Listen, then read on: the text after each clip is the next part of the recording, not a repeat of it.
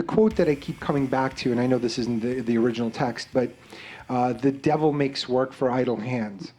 And how much of this identity struggle that we're having do you think is related to the fact that we're not being asked a lot by society? We don't have to spend our days on survivalist tasks.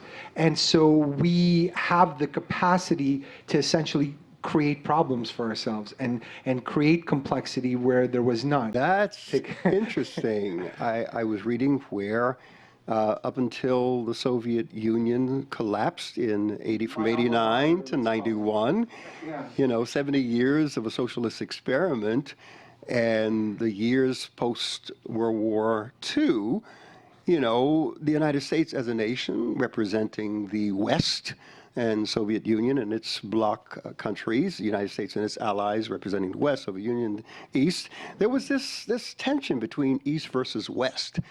And when the Soviet Union collapsed, it had a negative impact on the United States in that we no longer had an enemy. Right. And it speaks of a national level, and I think it also translates to an individual level.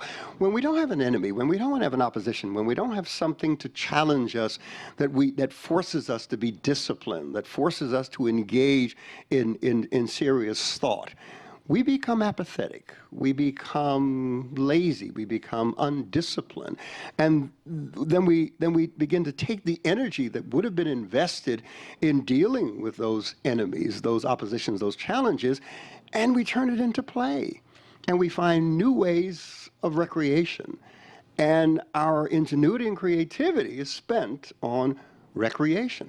So we have a multi-billion-dollar entertainment industry, and we become occupied with that, and we lose sight of really what's important in life. So who should we invade? Because what I'm hearing here is that we need an enemy, and we have a lot to choose from. We have a lot of weapons. So what can we do here?